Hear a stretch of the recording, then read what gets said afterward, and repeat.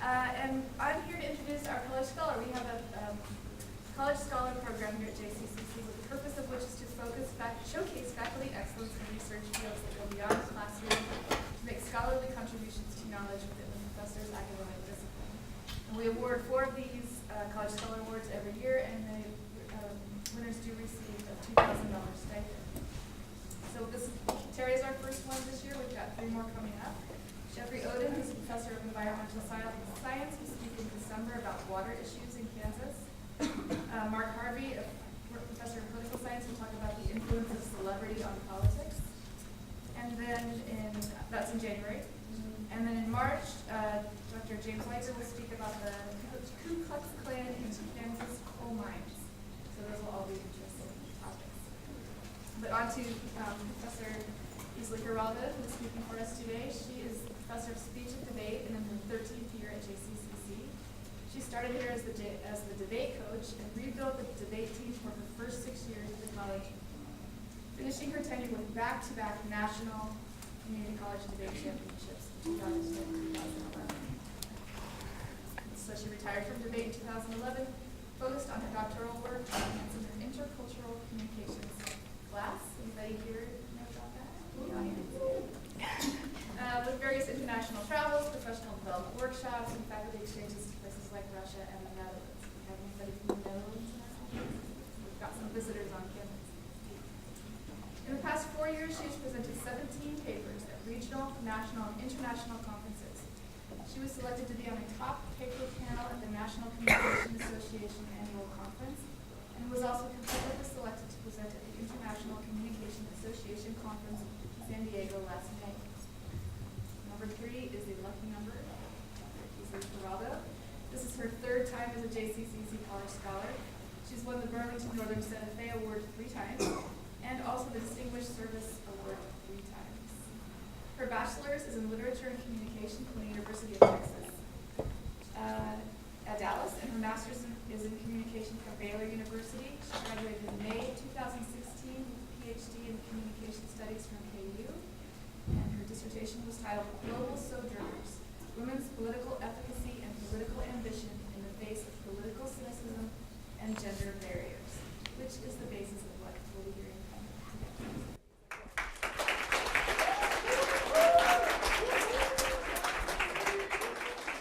I have my own personal cheering squad right here. That's very nice.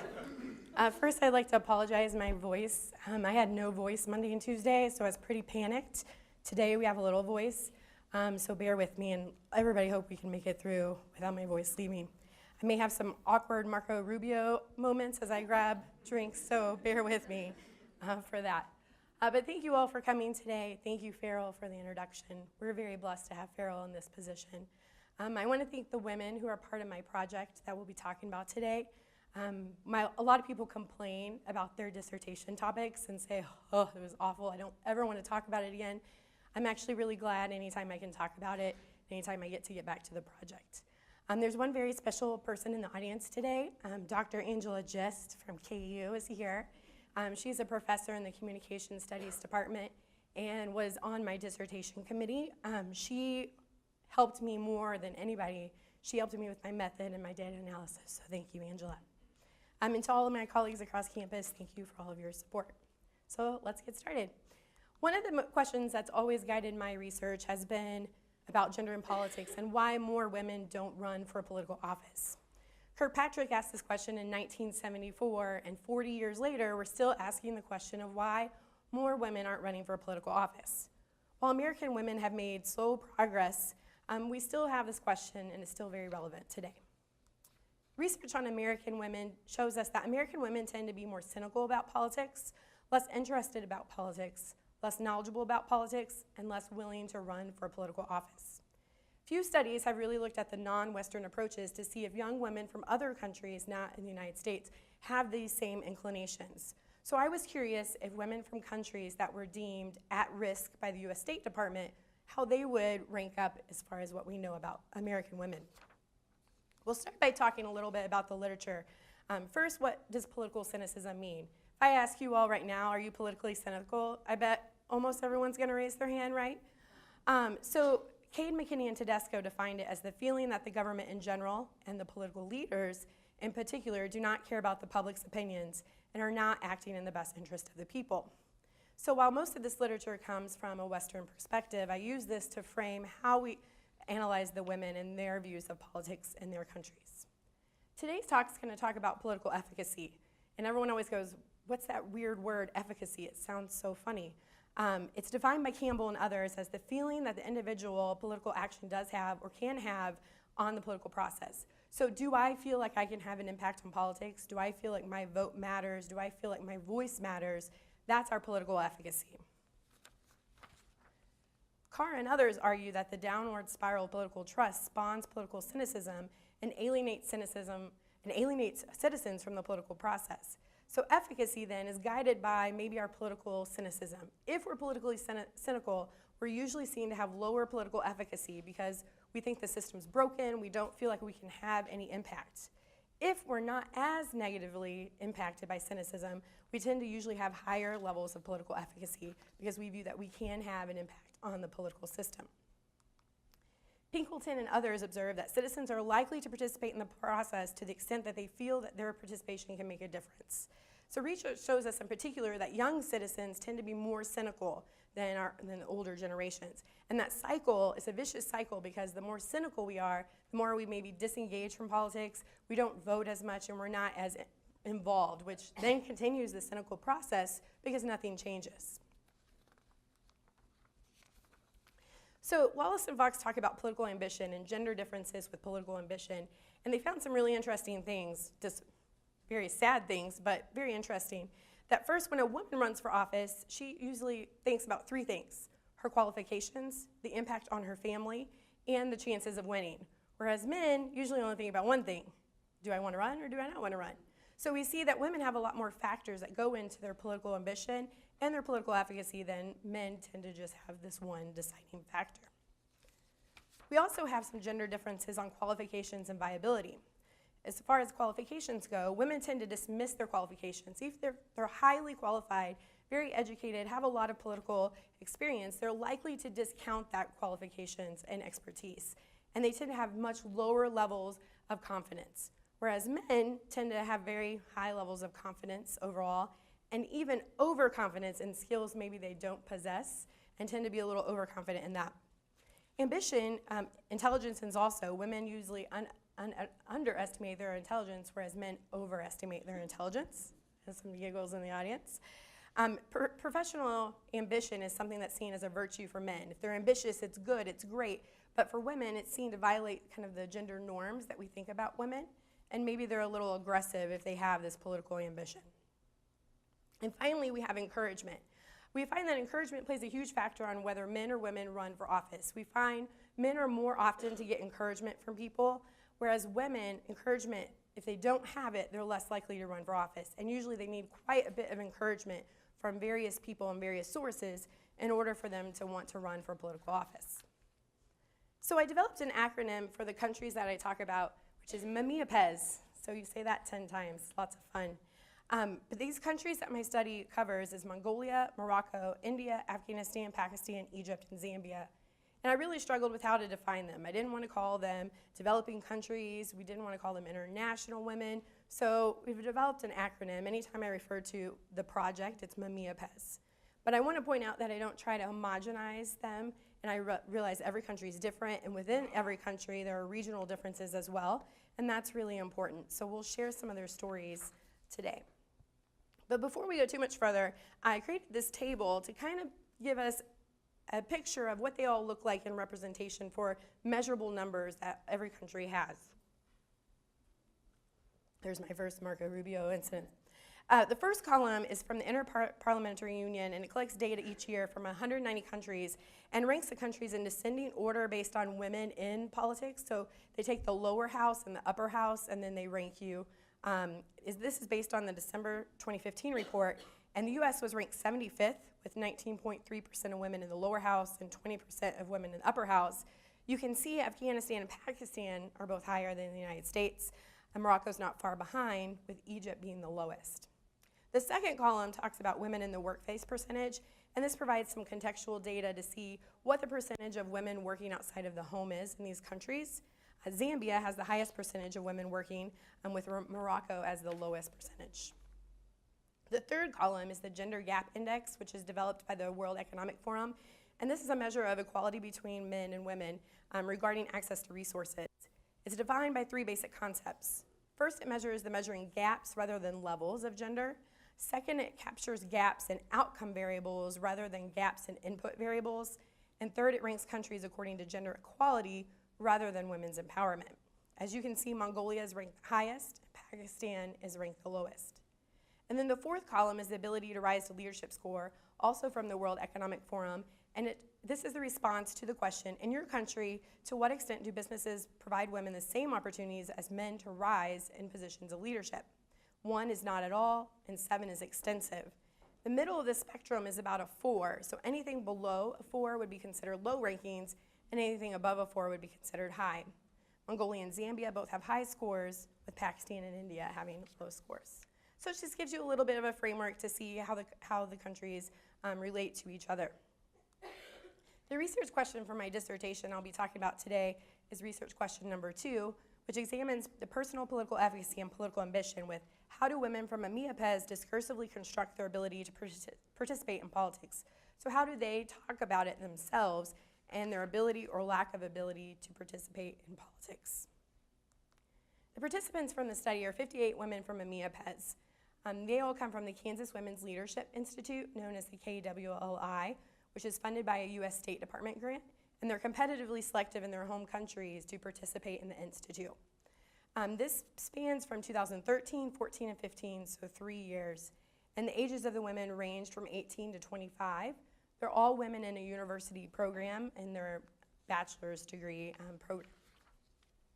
The interview questions I asked them varied from their political interest to their political knowledge to gender in their home countries to their ranking ability for their participation.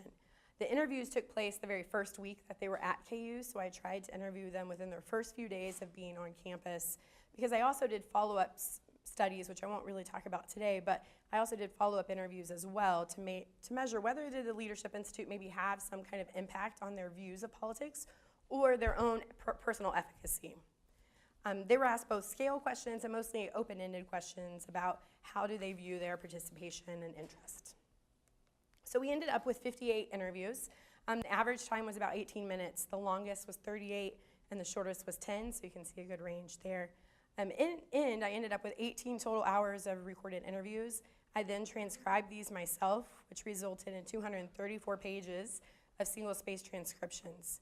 And then I used Navivo software, which is a coding process, and it goes through several stages. The first, I just read the interviews to get general open codes, which is called open coding. Then I did axial coding, which is refining the codes and putting them into categories.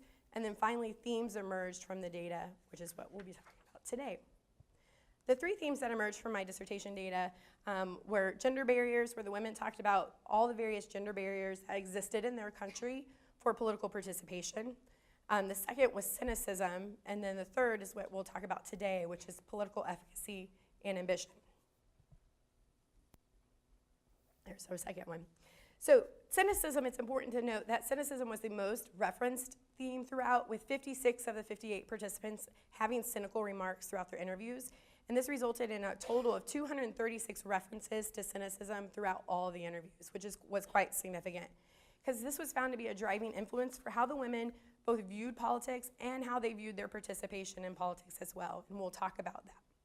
So talking about political ambition and political efficacy, 37 of the 58 qualified as low political efficacy, with 64 references to saying that they had low efficacy and low ambition for being in politics. 21 of 58 participants remarked that they had high efficacy, with 32 total references being to they believe that they could be in politics, they had ambitions or career interest, and wanted to be in politics. Participants were asked scale questions to measure levels of interest, ambition, and efficacy. One of them, to measure interest, was on a scale of 1 to 10, with 1 being no interest and 10 being very interested. How would you rank your level of interest in politics in your country? The mean was 6.36, which indicates a very slight tilt towards some interest in politics.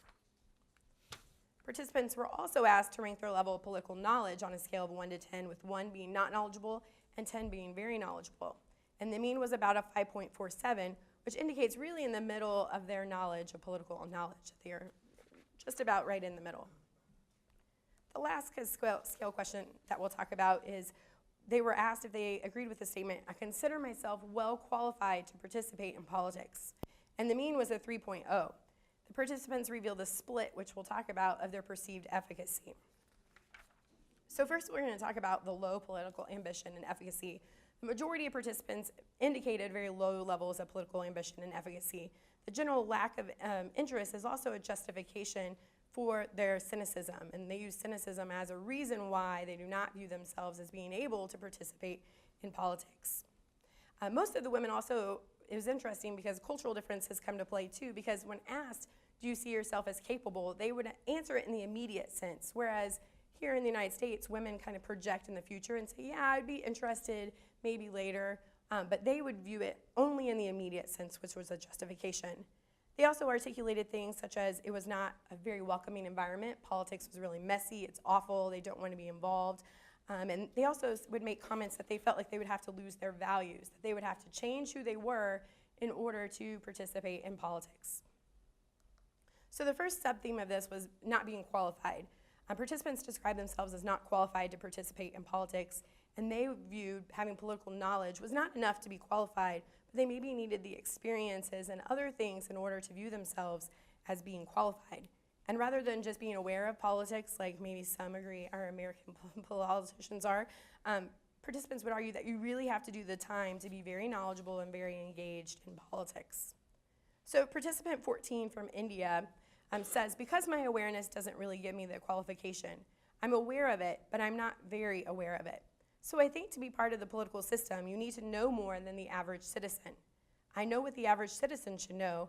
I'm doing my duty, and I should be going beyond my duty to be in politics. So she argues that this awareness of politics is not enough to be a qualification. Her political knowledge, she says, is the average citizen, but she doesn't think that that's enough, that you would have to go beyond what the average citizen would know. And this echoes kind of the early cynical views of participants, which we'll talk about. Participant 43 from Morocco expresses a very similar view on knowledge and qualification. When asked if she considered herself qualified to participate in politics, she answers, because as I told you, I do not think I have the knowledge that is decent enough. I don't like the fact that people are jumping into politics without knowing, without having the knowledge. I would never do this myself. Participant 43 expresses her feelings that her political knowledge level is not enough, and that she articulates her frustration with the political system of people jumping into politics when they don't really know enough, and that she really thinks that you need to have that knowledge and take it seriously in order to participate in politics. Some participants outright acknowledge that they do not have this political knowledge, but others express they're still acquiring the political knowledge, that they're in the process of acquiring this political knowledge. Participant 9 from Pakistan says, my interest in politics has been the past 2 to 3 years. So most of the information I have to date is still not complete, but there are many things I have not learned. So still a lot of things about politics that kind of frustrate me at times to the extent that I need to take a break from it, you know. I like this quote because she was very kind of nonchalant about it and said, you know, I need to take a break, I need to step back, and I bet a lot of us feel that same way right now. Just need to press the pause button and get away from it. Rather than completely dismissing her ability to participate based on inadequate knowledge, she says that, you know, it's incomplete, which indicates that she thinks that someday she will have enough knowledge to be complete. And her negativity is also reflected in her last statement, which says that politics can frustrate her at times, so she withdraws from acquiring political knowledge and she takes a break from it. Unlike previous participants that displayed dismissal of their abilities based on political knowledge, she is not dismissing her potential to gain knowledge later, though. She does not foreclose that opportunity, and rather she leaves that to be open. Another justification for participants' low political ambition and efficacy is their college major is in a different area than politics. We don't see that stopping people here, but for them, they view that the major should be tied to politics. Participant 25 from Mongolia describes, I have a strong interest in politics, but I'm studying business, so it's kinda, I have confusion about it. I hear my parents and cousin, and I want to make a difference in the field, but I've already chosen my major, so it's confusion for me. So she constructs her barrier as her major, that she decided to go into business, which means that she's not in the correct area for going into politics. A lot of the women would say, well, I'm not a political science major, or I'm not in government studies, so that means that I don't think I have the qualifications. So for them, having a major in political science or in government was what they deemed as being qualified to participate. Another sub-theme for lack of participation or low efficacy was that they do not view themselves or as being interested in participating. These temporal restrictions of I'm not ready, and again, the immediate time construction as right now I'm not ready to participate in politics. Participant 20 from Mongolia, or participant 55 from Mongolia explains, I feel like right now at this age, I do not want to be in politics because it's very messy and I'm not that interested right now. I feel like a lot of people in Mongolia feel like the government is corrupted and no collaboration is between the parties. If you join a party, your life is set, but you have to kiss someone's rear. We'll change the word there. I might go into politics later when I'm like 50, just because I feel like the work I'm doing right now will not make progress. And when it does progress in the future, I need to be in politics to make these changes. Like I need to be in the Ministry of Education to make those changes. Her cynicism is immediately expressed through her views of politics as being messy, and it's confirmed through her feelings that a lot of corruption exists in Mongolia. This cynicism breeds apathy and active avoidance. She says that she's doing work right now, but it's not in the political sphere, which is another theme that we see, that women don't view that they can make a difference in politics, but they view civil service as being very separate than politics in these countries. And in Miapes, they view they can make a change in non-governmental organizations or things at the lower level because they view those as being more acceptable for women and also generally make more changes and actual do things. Unlike participant 55, who eventually sees herself as someone who could be interested in politics, participant 43 from Morocco also views herself as not currently able or qualified to participate in politics and is not sure if she ever will be. She says, I think that I should know a lot of things before getting involved in them. I'm trying to know, but I do have the strength and knowledge to evaluate and analyze the parties that exist and the background and their history and their ideologies and what they are doing to be involved with them. No, I just don't trust myself to be able to do that at that point in my life. So I'm trying to understand, it's a journey for me. If one day I feel like I'll belong to a party or another, maybe I will. Her level of political knowledge is indicted when she claims that she knew a lot of things before, but she doesn't quite have all the knowledge to join political parties. For a lot of these countries in Miapes, there are many political parties.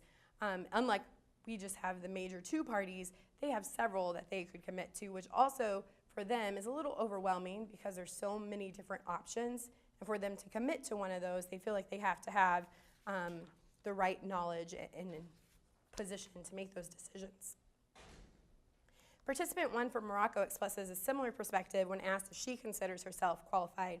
She says, I'm not ready yet. I'm just starting my path, maybe in a couple years. So you'll see this echoing of path and journey is very consistent with these women of right now I'm not ready, but maybe later. But she's just starting her path right now, which means that she does not view herself as being qualified to participate.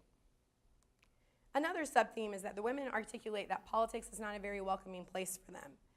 The previous section talked about temporal restrictions they placed on themselves. This talks about politics as general is very messy and not something that we would want to be involved in. Gender discrimination is obviously another big factor that plays in part for these countries and is something that is another barrier for them. Participant 4 from Pakistan explains, I would not want to be in politics because we have a male-dominated society. We do have women in politics, but they also belong from political backgrounds. Their family backgrounds are political. The women in politics currently, but I don't think I would suit well in politics because it requires a lot of experience, which the women in politics currently acquire from the families, and they learn. They have good training since the very beginning, and I don't think I would suit well because I find it very messy. I don't want to be part of it. Again, we hear the echoing of messy, politics being a very messy environment for them, but she also talks about political families. For India and Pakistan in particular, a lot of the women would talk about how if you're not part of the political family, you can't ever quite break into the political system there because it's kind of passed down throughout a family. Of course, it can be done, but the women articulated that as one of the additional barriers. Defeatist outlooks are the main impetus for their low ambition, and low political advocacy as they express frustration and skepticism with the current system. They also construct the political system as broken, and they don't feel like they could facilitate change in this broken system. As revealed as part of my study, as we talked about, one of the barriers was cynicism, being because the government is so corrupted, they do not view government can make changes, but organizations and civil service and civic service can make a difference. So NGOs, non-governmental organizations, and various local levels, they feel like have more of a potential to make an impact and a change rather than the government. Participant 54 from Morocco describes, I do not want to be in political office, first of all, because I cannot relate to the type of work. I had been in a political party, and I know some friends of mine who are part of political parties, and this is not my thing. I also think there is so much corruption, and I wouldn't fit in that corruption environment, even if I wanted to change something. If I went there, I would go there to change something because I'm not satisfied what's going on, but I do not want to work in that environment. We heard her say, I do not want to work in that environment several times. She repeated that. She wants to distance herself because she can't relate to the governmental system, and she doesn't feel like they can make a change. And so again, corruption is this motivation. It's so corrupt, it's so messy that they don't want to be involved in the system. Politics is also viewed as an arena for young citizens to be actively engaged. Participant 52 from India says, I don't want to be this because the opportunities are first not given. They don't even give opportunities for the younger generation, and we can't express our ideas. Our ideas would be suppressed, and domination would be for those who have been it for many years. They don't give chance to the younger generation. She argues that opportunities are not given to the youth, that for her, in her country in politics, as the older generations tend to silence the younger ones and view them as, oh, you're not capable of participating in politics, and they tend to have a vocal voice. And so that then she continues this cyclical process and says, well, I can't do anything, so there's no need for me to be involved in politics. Another justification for low political advocacy is the participants' expressions that they would not want to enter politics because they would lose their values. Politics is viewed as this messy, corrupt system, and they would not want to subject themselves to that because they feel like they would have to change as people, and they could not be themselves.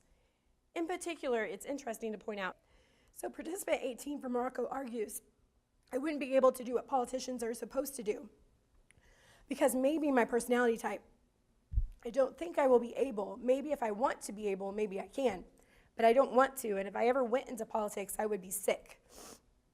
Maybe some kind of depression because I can't handle politics and the people arguing. But I'm not really interested in politics because I believe it won't help anyone, particularly in my country. I'm not very interested in all the details and searching for more. Maybe because my family isn't interested in politics, they've lost interest in politics. It's not any focus of mine. Her first explanation is she views herself as not the personality type, that she doesn't have the correct personality type to participate in politics. She doesn't think that she can do what politicians are supposed to do. And these cynical views of politics as corrupt continue because she says something like, I would have depression because the political environment is ripe of conflicts and arguing, so that she would be quite depressed if she went into. She also has a very blatant justification for her low efficacy. She says, I believe it won't help, especially in my country. Her explicit defeatist outlook has clouded her perceptions because she says there's no way that she could do anything that would make any difference. The skepticism that characterized politics as messy and not a system that they wouldn't want to be involved in is echoed by participant 44 from Morocco. She says, I do not want to be in political office. Personally, I'm a very peaceful person, so I feel like if I get into politics, I'm interested in it. But if I feel like I get into it, I will lose all my values.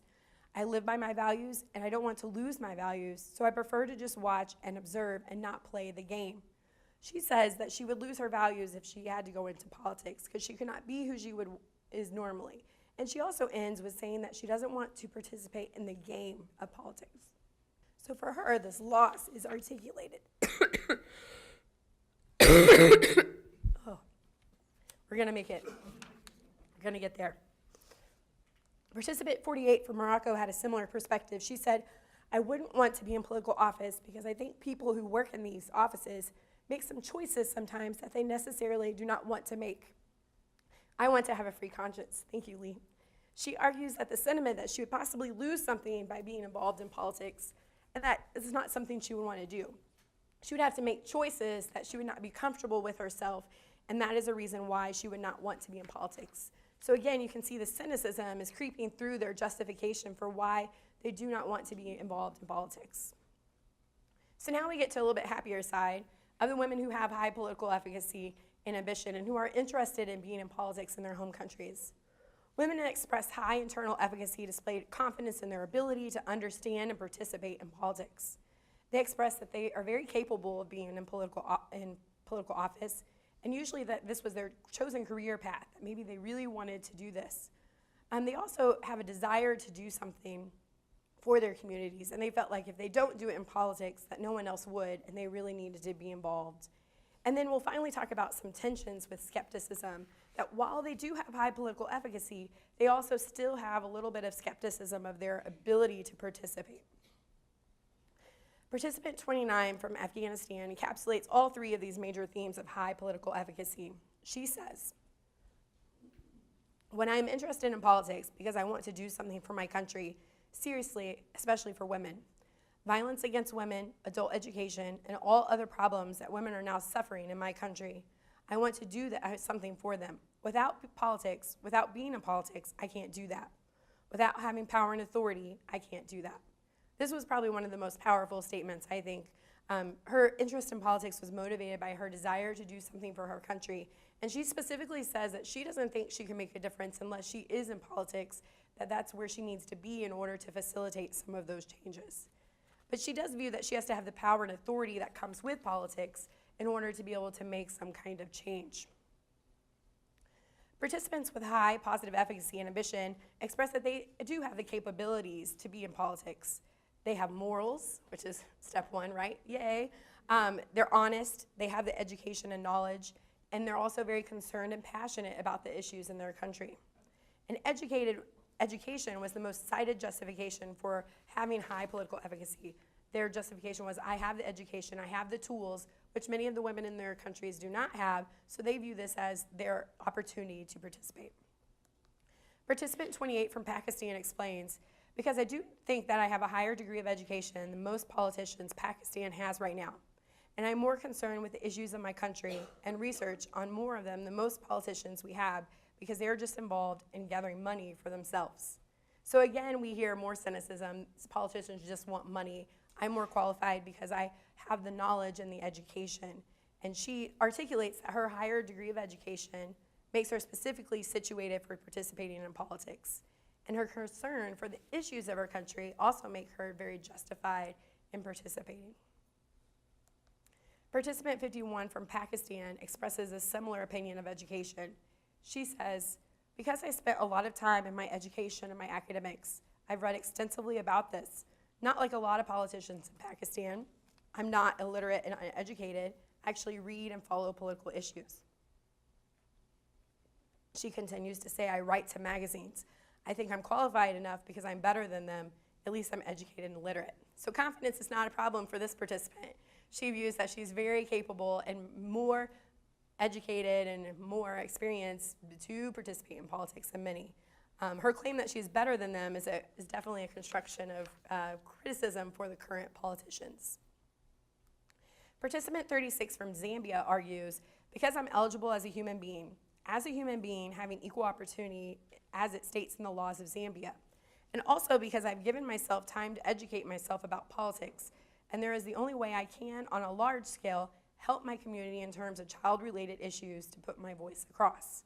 She explains that because she's a human being, it simply makes her eligible to participate in politics.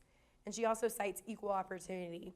And contrary to other statements that education and literacy make them qualified, she qualifies herself only as being human. So education is not the only way she is able to participate.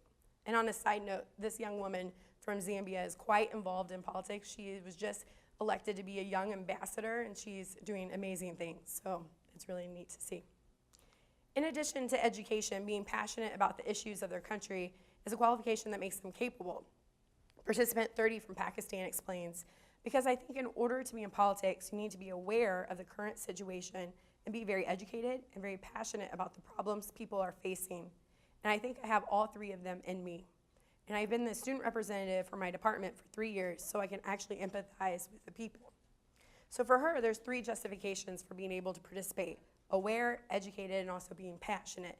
And she believes that she has all of those. She also articulates that her past experience as a student representative allows her to kind of understand what's going on and to really empathize with the people. Some participants express their direct interest in politics as their future career path. This is their chosen career path and what they plan to do. When asked if she is well qualified to participate in politics, participant 9 from Pakistan explains, primarily, the first thing is the most important, is that you have an interest in this, and that I do, and my interest is pretty selfless right now. I don't know if I get into the process how it will turn out to be, but for now, it is a very selfless interest for my country. So that's the first thing. And I think it is the most important thing. And secondly, yes, I do have the knowledge and can convince people of that as well. So for her, she says being selfless is the most important thing to being in political office, and she identifies herself as being selfless. Her cynicism was discussed earlier as the frustration that politicians only act in their own self-interest. So she specifically says that she is not like that because she is not focused on herself. She's in it for the people. Participant 10 from Mongolia has a similar explanation for her future career. She says, well, politics is my choice and my life and my future, and I need to participate in politics because they make a decision about myself, so I think it's very important to raise my voice and my voice to be heard.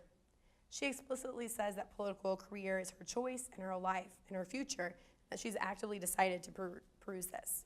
She also says that it's important to raise her voice in order to make a valuable contribution to politics. As we heard a few people ago, past experiences in clubs and organizations are viewed as a motivating factor for future political involvement, as I was involved in clubs and organizations, which means I have that little experience to help me participate in politics. Participant 40 from Pakistan says, because I've been part of the National Parliament of Pakistan, my motive is to serve my country and to work for the benefit of the citizens of my country. So I got the opportunity to join this platform. So yeah, I became part of it, and I got involved with the mainstream politics in my country. That is how it developed, because I get to meet members of Parliament and National Assembly. She calls her involvement in the National Youth Assembly her desire to serve her country and to provide for her country. And through her involvement in this organization, she's been able to connect and network, which she views as a necessary step to help her in politics. Another justification for high efficacy is just the desire to do something. The women who come for this Leadership Institute all self-selected and went through very competitive processes in their home country, and they come with projects of something to change in their communities, and these are their Leadership for Change projects. And through the time of the Leadership Institute, they work on these projects. They usually relate to women's issues, education, rape, domestic abuse, and child issues as ones that are most prevalent in their countries. So their desire to do something is articulated as a reason they want to be in politics. Participant 5 from Morocco says, I want to improve myself and I want to do something for the community. Staying at home is like you're doing nothing. And it's not that you aren't doing anything. Yeah, you're raising boys and such, but you aren't contributing to the development of your community and your country. So she's specifically indicting the gender assumption that women should stay home and should not be out of the home. And she talks about while you're raising children is important, she thinks that you should get out of the home and do more. So she's calling into question the traditional gender roles and saying that she would like to be more involved and do more for her country. Participants express that while they can make a difference at local levels, politics is the arena that affords them the power and the opportunity to make these changes. Participant 41 from Afghanistan explains, I would want to be in political office so that I have the mic or the opportunity to speak about situations I want to speak about and to have the platform where I can professionally say and talk about situations. For her, political office gives her the opportunity to do this, that maybe she doesn't have the opportunity in other forums, so she views that politics is the way that she would have the power in order to make changes in her country. Participant 43 from Morocco echoes this sentiment. She says, I would like to be in political office because I can translate the issues of my community to actions if I am there, whether it's laws or activities or actions or changing stuff or agreeing on stuff. The important thing for me is being the vehicle of public opinion. So she has this desire to be the vehicle of public opinion, and action is a driving factor for her in doing something to improve her community. In Afghanistan, many security threats exist for women that put themselves into politics. As I talk a lot about this in the gender barrier theme, which we are not discussing today, but participant 29 from Afghanistan describes, "No one knows that I'm doing politics. No one is stopping me, but I never share it with people. I'm doing it with myself and some of my friends, but most dangerous for me as a woman to do these things. I receive many warnings from the Taliban to stay away. Stay away from these things, otherwise you will lose your family. I receive so many threats from them. I don't want to give the terrorists, I don't want to let them feel any empowerment. I don't want them to feel like they are strong and they can do these things. I want to make them feel weak." I think this was one of the interviews that I definitely cried. It was a very passionate and she's very passionate about being involved in politics. In Afghanistan, when you vote, you put your finger on ink and they can tell who's voted and who has not.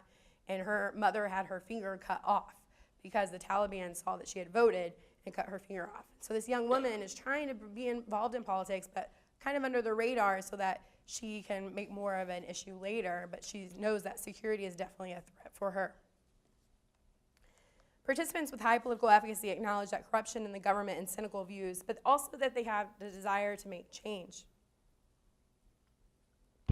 Unlike previous participants that justified abstaining from politics because of their negative views, the corruption that exists, these participants do not actively foreclose the possibility, but still have maybe some skepticism and tension that exists. Participant 7 from India says, "I have trust in myself that I can make a change. Even though there are corruptions and a lot of problems, our country is functioning. Even though there is imbalancing, it functions." She indicts the current political system as corruption and the problems, but she optimistically says that she maybe can make a change. And her efficacy is quite high when she says she has this trust, but at the same time she's acknowledging that the system is rather corrupt.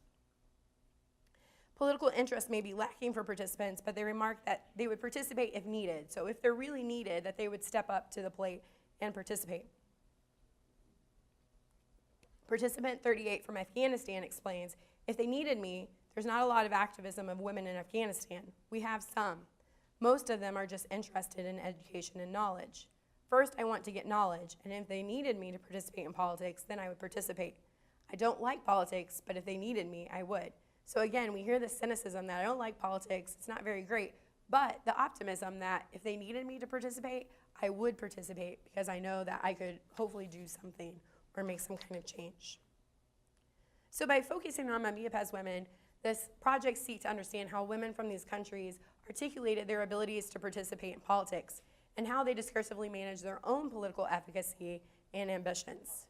As we saw, participants were more likely to have low levels of political efficacy and ambition, which was mostly driven by their defeatist look in politics. That is, they're very cynical. Politics isn't something that they would want to be part of. And the various justifications for low political ambition impact the participants that they become entangled in this process, that they don't view that they could be part of the process because it is so corrupted. But we did also see some women have high political efficacy and their desire to participate in politics due to them believing that they have the capabilities and their passion to do something. So in spite of gender barriers in most of these countries, women with high levels of political ambition and efficacy view themselves as capable and worthy in participating in politics. So this study confirmed a couple of key findings from Western literature. First was they most articulated the justification for a lack of desire in politics was that they were not qualified to participate in politics. This confirms what Lawless and Fox were talking about, as women are more likely to dismiss qualifications that they are able to participate in politics. For these women in their countries, they are getting education, which is a small percentage of women in their countries are able to get the higher education, so that they are actually more qualified than most because of their levels of education. It's also important to point out that they're competitively selective for this KWLI through the State Department. And in some countries, thousands of women applied and they only picked 2 or 3 from their country. So they are very highly capable women. Mamia women did not view their political efficacy and ambition in a future-oriented way, as I've talked about. Instead, they view it as very present tense, that they say, I'm a student right now, which means that I would not be able to participate in politics. As we talked about, one of the most key findings that my dissertation found was that how the women talk about politics in these countries. for them, there was this very distinction between civil service and political service. Politics is very messy, it's awful, I don't want to be part of it, but civil service is something that is okay, and I could be part of those non-governmental organizations and make some kind of meaningful interest. So while women possess civil service efficacy, maybe we shouldn't be so focused on how can we get these women into politics, but how can we help these women be involved in the civil service? And maybe that's a different question that we should be asking instead of why are they not participating in politics, generally due to a lot of the gender barriers that possess for them. Another possible avenue for future research would be the investigation of their conception of time and how that influences their efficacy. As we talked about, the participants mostly universally refer to time as the present tense. I'm a student right now, which means I'm not qualified to participate in politics. But as we know, culturalists can be evaluated on long-term or short-term orientation, meaning do they live in the present time or do they live in the future time? We as Americans tend to be more future-oriented, where all of the countries in MMEAPES would be seen as being present-oriented. So they view their capabilities based on right now and don't project that into the future, whereas we see that in a lot of Western research. While the study demonstrates some important findings, I also had to point out some limitations. Many of these limitations involve the sample's demographics. Since this was a convenient sample of women who were participating in the KWLI, I'm limited to the women that were participating. So first, religion and class are two of the most specific and important limitations. They're both important intersections to understand political knowledge and interest and ambition, but this is not something that I specifically asked the participants. Many of them casually stated religion or their socioeconomic class, but that was not a particular variable that I looked at. An additional limitation is the level of education. All of these participants are currently enrolled university students, which acknowledges that they have the access to education that many women in their countries do not have. Education privileges women, but what we do not know to what degree this occurs. So women who feel more efficacy about politics have the tools of education, whereas the vast majority of their peers do not have. MMEAPES women have self-selected to apply to this institute, which suggests that they tend to have a greater interest also to be involved in their communities than many of their peers. So while these women express cynicism towards their political systems, it does not diminish their desire to be involved in their communities, which is evidenced by their pursuit and participation in politics, or in the Leadership Institute, not politics. While the study does find that high levels of cynicism are the driving motivations for the lack of desire, it is important to focus on the voice of hope that does emerge. While we have not entirely answered the question that Kirkpatrick posed some 40 years ago, this study does provide a deeper understanding for why MMEAPES women do not want to enter politics or why they may be interested. The next important question would be what we should answer is how can we foster and capitalize on the positive desires of MMEAPES women to actively be engaged in their communities, and does this really have to occur in the political realm? Thank you.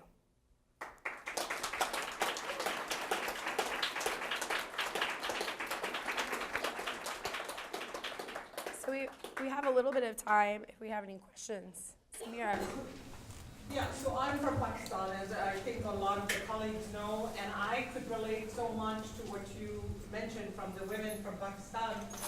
And I think it is fair to say that when a subset of women like myself who come to the United States for higher education, I would not waste my time on politics because of the fact that it is within that patriarchal system, if you will. But I would take my knowledge in education and basically try to make a change in the civil society, as you were mentioning. However, my question right now would be how many American women would participate in the messy, corrupt world and misogynistic world of politics right here in the United States? That's a good question. We're actually finding some hopeful, optimistic results of that. There's a program called Ready to Run, and a lot of my friends participate in these programs. And what we're finding is that cynicism for American women is actually making them more angry, and it's actually motivating more women to run for political office. And what we're seeing is over like a 400% increase of women participating in these programs right now. So we're actually probably going to see an increase in the next election cycle of women because they are so annoyed with the system that there are some people who are motivated by that. So I actually am a little optimistic for the future for American women because we are seeing that cynicism and frustration is actually motivating a lot of women to be involved. And if I can add one more thing, when the state banks back home, whether it is Mongolia, whether it is Zambia, whether it is Pakistan, when I was starting my journey on education, Pakistan would not allow, the State Department would not allow all of the fields of study. So political science was some kind of a la major, but hospitality industry which needed to be developed. So a lot of times it's economics, and if you're going to come from a well-to-do family, or even a family that was able to seek foreign scholarships, you would not find political science as a choice of major. Right. However, fast forward 25 years later, my own niece is studying political science in Georgetown. She's doing her doctorate. So basically, things do shift. Right. But economics also dictate what type of major you're going to Oh, have. definitely. And a lot of the women, like I said, made references to, well, my family wants me, this is why I'm the major, is because my family wants me to do this major or that major, but economics for sure. Thank you. Other questions? Yeah. In those tables, why was Afghanistan not included in the category? Yeah. Some of it was because they did not have the data for them for those countries. So for those 3 specific studies, didn't have Afghanistan included. That's a good question. Great. I didn't know if they didn't if they chose not. No, they just didn't have the data. The groups that did it did not have Afghanistan. Between is an older group of age is have a different opinions to that? In these countries, Yeah. I anticipate yes. I think. Oh, the question was, do you think older generations in these countries would have different opinions? And I would anticipate, just like in the United States, yes, because we're starting to see that cynicism is increasing with the lower level, with younger people, because they're more educated and they're also more aware of what's going on, and maybe the systems have started to be a little bit more corrupt. So I definitely think that you would find a different response for older generations in those countries. Good question. Other questions? No? All right, thank you so much.